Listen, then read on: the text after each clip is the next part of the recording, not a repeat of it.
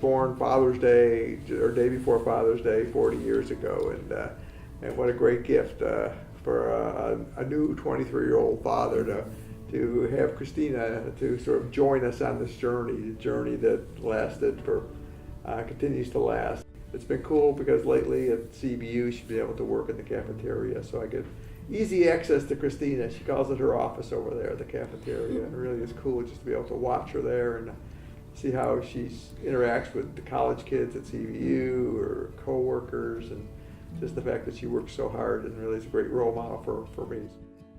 Talk about your early days when you were young, when you were in Syracuse, young in Syracuse. I usually play my toys and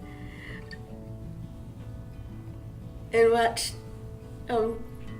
TV sometimes, and we watch basketball mostly, some baseball and tennis.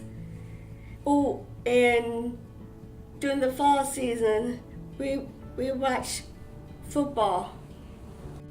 And we always play cards. And I like Grandma's cookies. She's got a very, very positive attitude. The glass is always half full for Christina, never half empty. It's always very positive. It's a great work ethic too. When it seems like it gets tough, Christina just works harder to get things done, and she's a very loving individual. And we have our fights.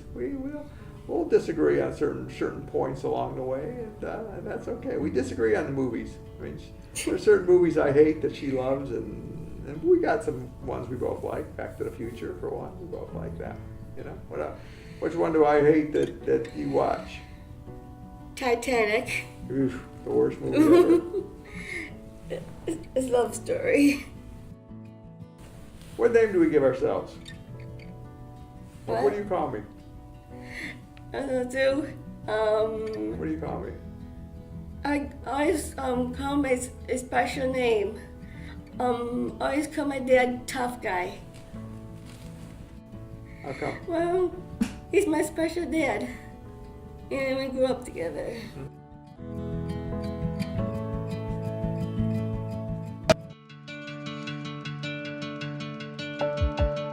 One of the earliest memories was I remember being in your office and just drawing all over your whiteboard and trying to, pretty sure I probably used up all the ink or whatever in your markers because I would like essentially color the whole board.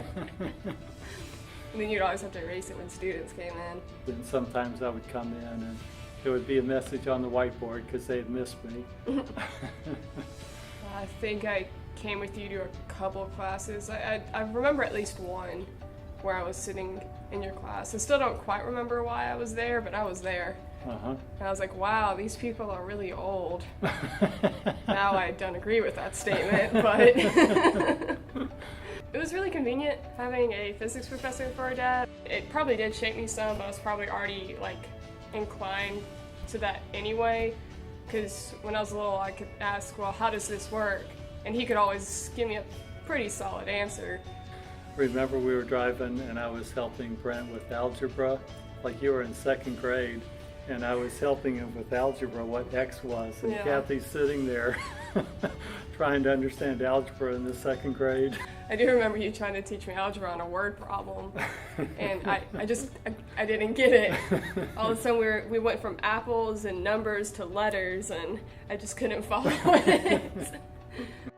I was happy they chose CBU because I have a lot of pride in the School of Sciences. I thought engineering was very good. They could seek help.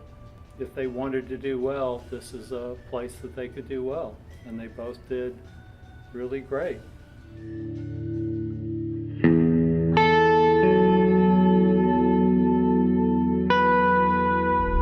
I did not want to come here. Did not at all whatsoever.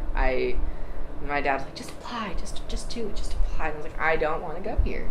Did campus visits to Baylor. I've been to OU since I was a kid. A lot, but we still went there games. just to, because we were looking at it differently at that time. Mm-hmm. But I mean, your mom and I just knew that you were not going to come here. I mean, you made that clear, which made me sad, but which I understood at the same time why you wanted to be someplace else. And then I'll never forget the night that you came downstairs and you had a CBU t-shirt on that I hadn't seen you wear for a long time. I thought, that's kind of strange. I mean, you had really had to go digging to find that t-shirt. And you announced that that's where you were going to go. And we were just absolutely stunned because you had already gotten acceptance letters to both Baylor and OU and some really generous scholarship offers to both of those places.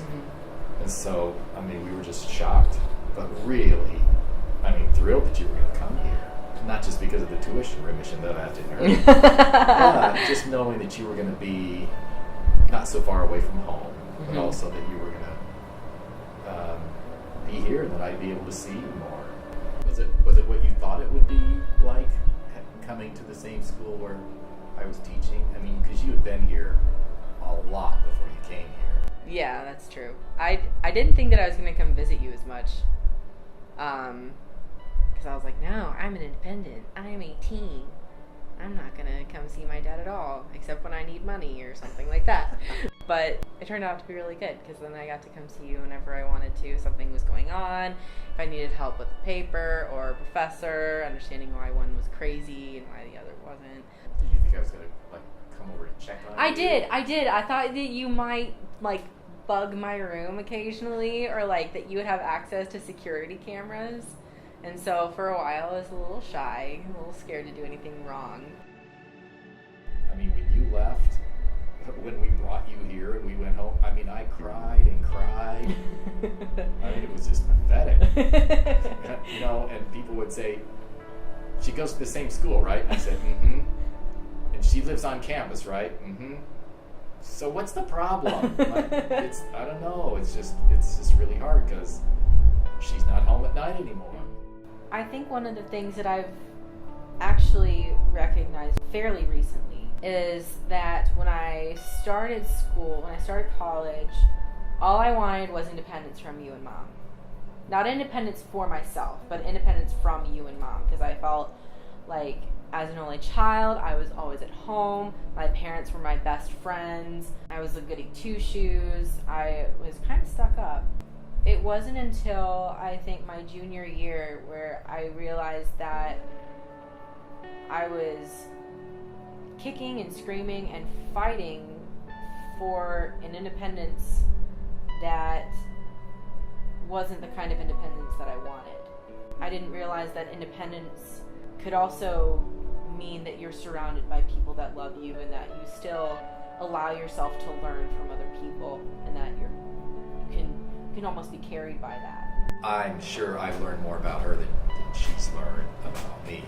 But one of the things that I've learned is that she's a lot stronger than I thought she was. She's a lot more resilient than I thought she was. And I realized that trusting you is not something that I have to work at doing. It's something that I know that you're worthy of that trust. I've learned to love you not just as my daughter, but as someone who's beautiful inside and out, and who's the only limitations that exist for you are the ones that you'll place on yourself.